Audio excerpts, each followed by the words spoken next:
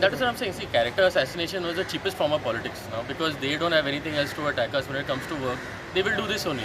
See, my only hope is that people can see past all these cheap tactics that all these people employ. Now, even that ruckus that they created in the corporation also, I had informed these people the night prior, and in the morning I had informed them. I have the messages to prove it. I know that they have messages circulating also that show that they knew. Valmiki also knew that the meeting was cancelled around 9:30 before everyone showed up. He tricked all of those elderly citizens and Libby Lobo and all into coming over there, and he lied to them basically. Now all this is all planned drama, nothing else. You cannot come with one list of. This is cheap politics, Baba. I have said also, corporation has nothing to do with issuing licenses at all. It is all coming down to different departments. They have not gone to any of those departments. They made a ruckus at Captain of Ports, who again has nothing to do with any of this also.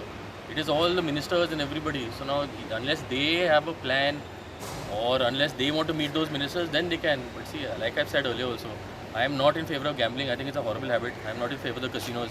But now they generate a lot of employment, and a lot of our locals and everything are employed by these people. So there is no plan for, if they have no plan for what happens to after that, then we are also not in favor of it.